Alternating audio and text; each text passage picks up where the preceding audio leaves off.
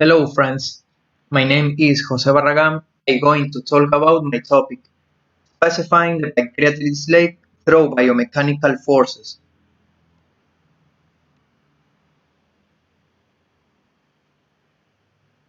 Definition: the pancreas is an organ of the digestive system and the endocrine system, located in the abdominal cavity just behind the stomach. Pancreatic islets are clusters of cells that are responsible for producing hormones such as insulin and glucagon, with a clear endocrine function. They also secrete immunoglobulins.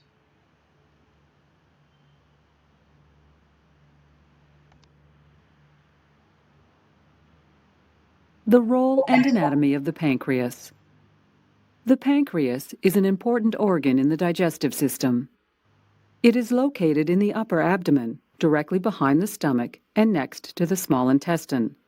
In most adults, it is between 6 and 10 inches long and 2 inches wide.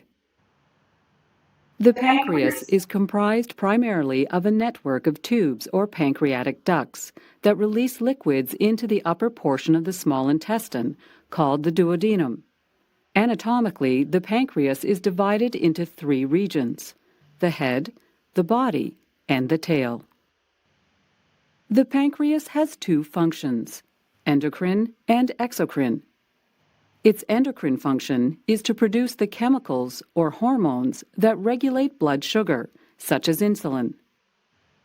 Its exocrine function is to produce enzymes that help to digest food. Pancreatic amylase breaks down carbohydrates or starches into glucose. Proteases break down protein into amino acids, and lipases break down fats. Because these digestive enzymes are so powerful, they are wrapped in a protective layer while they are in the pancreas. To reach the gastrointestinal tract, the digestive enzymes travel through the pancreatic ducts and are eventually released into the duodenum at the major papilla, also known as the ampulla of Vater. Once they are completely out of the pancreas, the protective layer is removed and the enzymes become active. Bile from the gallbladder also enters the duodenum at the major papilla. Bile breaks apart fat into smaller fat droplets, which are easier for lipase to digest. When the pancreas is healthy, it contributes to a healthy digestive system. However, when our pancreas does not function correctly and is unwell, we can have trouble digesting food properly or maintaining our blood sugar in a healthy range. The consequences of an unwell pancreas may include diarrhea, bloating, flatulence, oily and foul-smelling stool, weight loss, malnutrition, poor blood sugar control, and diabetes. Heavy alcohol consumption, high-fat diets, eating large meals, being overweight, and tobacco products can put stress on your pancreas, causing it to work less well. There are also some genetic conditions that affect the pancreas, notably cystic fibrosis. To help keep your pancreas healthy, eat a varied diet that is rich in fruits and vegetables. Include fish and white meats as favored sources of protein. Limit high-fat foods and alcohol to special occasions.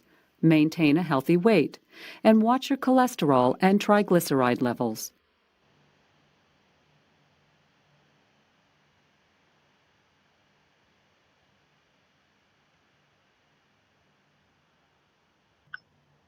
Application in medicine.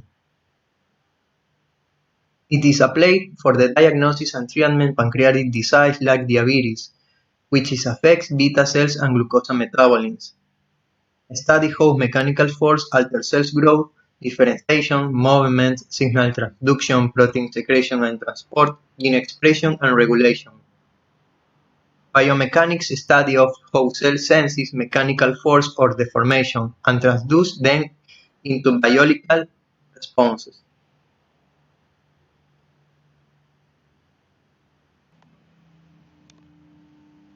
To develop a therapy for diabetes, we are learning to make beta cells from stem cells for transplantation into patients. Beta cells start to form during the development of the pancreas.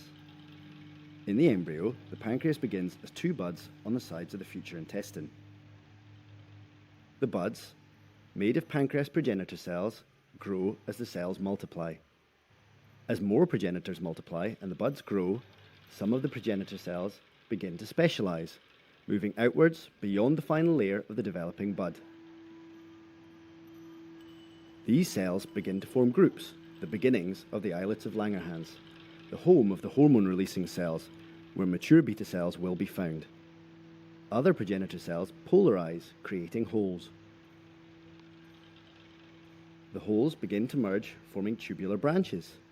At the end of these branches, the progenitors begin to form a different type of specialized cell. These acinar cells release enzymes that will flow down the tubes to help digest food.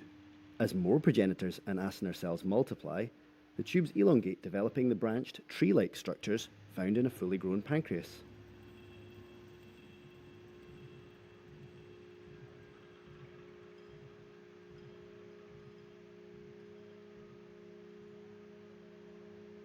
As development continues, more progenitors specialize and shed from the branch, forming islets, housing the hormone-releasing cells, including beta cells. Connected to blood vessels, the islets release hormones, insulin to decrease our blood sugar, glucagon to increase sugar levels. Whilst the acinar cells, found at the tips of the branches, release enzymes into the tubes leading to our intestines to help digest food. Understanding how the pancreas forms and how its cells specialize helps in understanding how to make these cells from stem cells in the lab, with a view to one day making beta cells as a therapy for diabetes.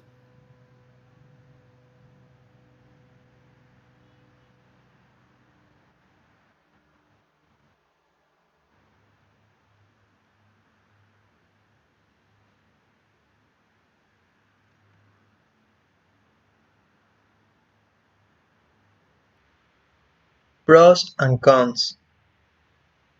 Pros: non-cellular and extracellular microenvironment within pancreatic tissue. Studies for the therapies or treatments like replacement or transplantation of beta cells. Understands disease and complications.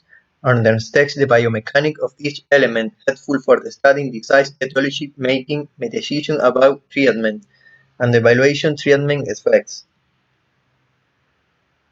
Cons: expensive and a bit complicated.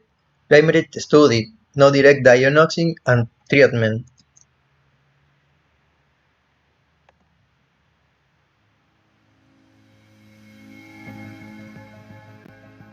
Glucose level in the body is regulated by the islets of Langerhans, spherical glands located around pancreatic ducts.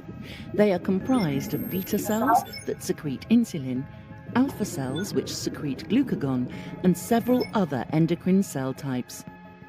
Type 1 diabetes is caused by the loss of the insulin-secreting beta cells. Islet transplantation from cadaveric donors can cure the disease, but donor scarcity requires finding alternative sources. In vitro generation of islets from human embryonic stem cells could serve as an alternative. To enable their production, scientists at the Harvard Stem Cell Institute determined how islets form during embryonic development. In mice, islets start forming around the 13th day of pregnancy. At this time, the core of the developing pancreas is a network of epithelial tubes, or cords. The cord cells divide. Inhibition of Notch signaling induces some of the daughter cells to express neurogenin 3, and these cells start differentiating towards an endocrine fate. As the differentiating endocrine progenitors leave the epithelial cord, neurogenin expression decreases and pan-endocrine genes such as chromogranin A are turned on. Cells leaving the cords maintain cell-to-cell contacts. As more cells leave the cord, they push the earlier cells outward and form a peninsula, which will later on form the islet. The first cells to exit the cords turn on glucagon and become alpha cells. Because they were the first cells to bud out, these alpha cells appear at the periphery. About a day later, insulin-producing cells start to appear in increasing numbers. Because these beta cells originate from later progenitors, they are closer to the peninsular base. In the following days, more cells leave the cords and join the peninsulas. Adjacent peninsulas may fuse, and the peninsulas grow. As birth approaches, the production rate of new progenitors wanes. Peninsular growth is now driven by division of the differentiated hormonal cells. The initial architecture of the peninsula is maintained in the sphere, and so alpha cells appear as a mantle around a core of beta cells. Peninsulas appear along much of the cords and can be found as a continuous necklace that will later break into individual islets. During the entire process, the forming islets are vascularized. The islets are now ready to sense the amount of glucose in the blood and react by secreting insulin and other hormones into the bloodstream.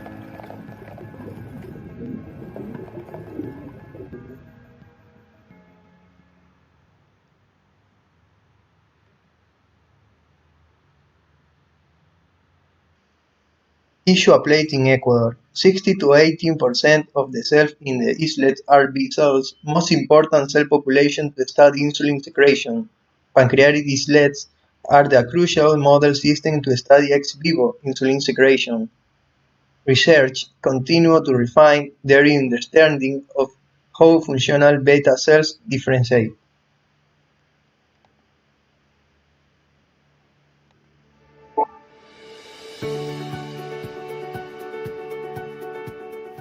I'm Dr. Alex Linus, and I'm an Enterprise Fellow here at the Wolfson School at Loughborough University.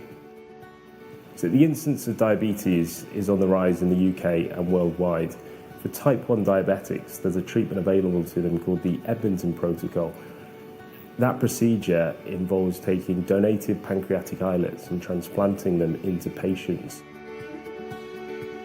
The reason more patients haven't had access to the Edmonton Protocol is often the supply of the pancreatic islet cells themselves. They are harvested, then transported in blood bag infrastructure, which can lead to only 7 to 10% of them finally making it to those patients.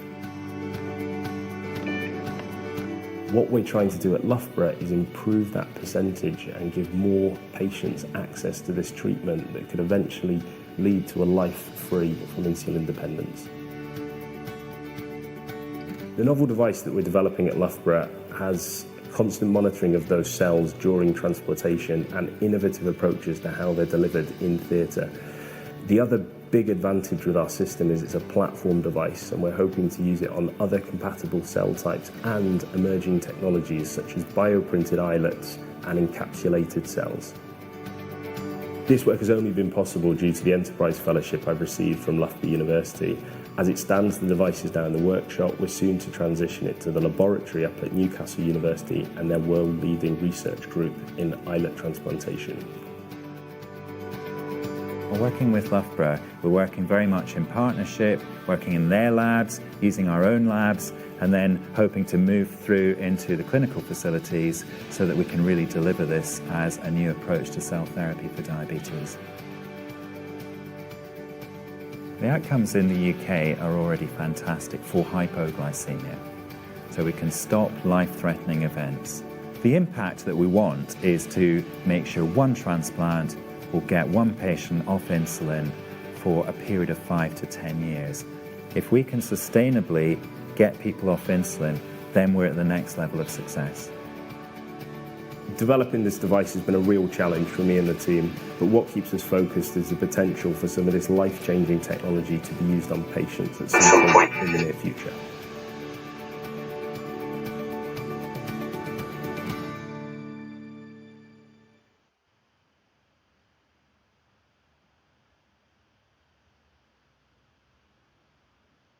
Conclusions. Objective: identify the determinants of the differentiation of the cell types, in particular the insulin-producing beta cells. Study showed biomechanical signaling pathway drive cell fate decisions in pancreatic cell types. Research Beneficial for the diagnosis, prevention, and treatment for diabetes. No importance of pancreas and its functions.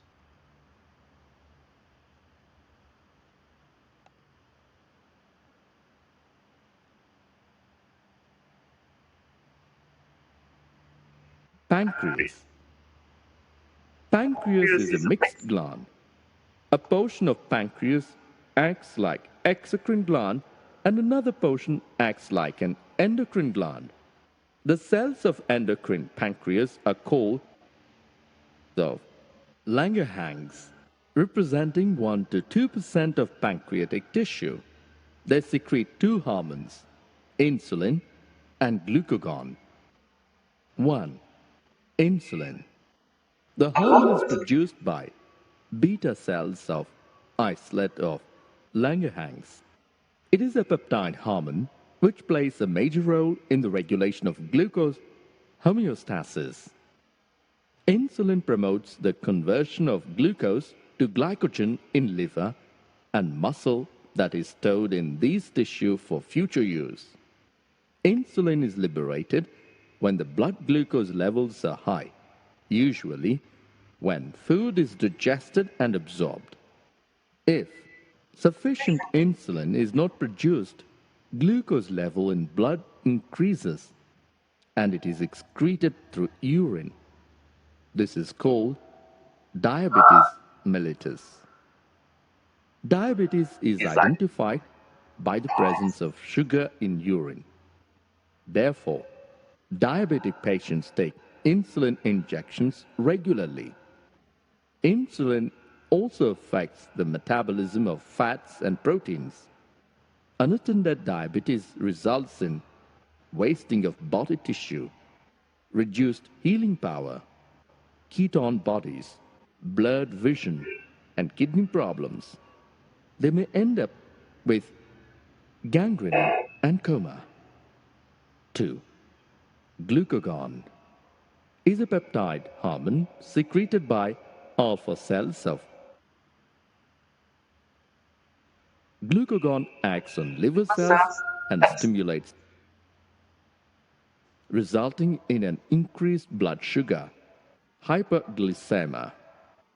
This hormone stimulates the process of gluconeogenesis, which also contributes to hyperglycemia.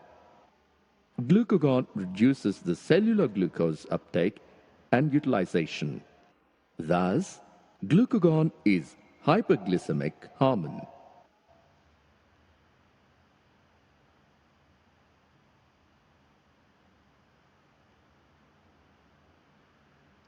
Thank you very much.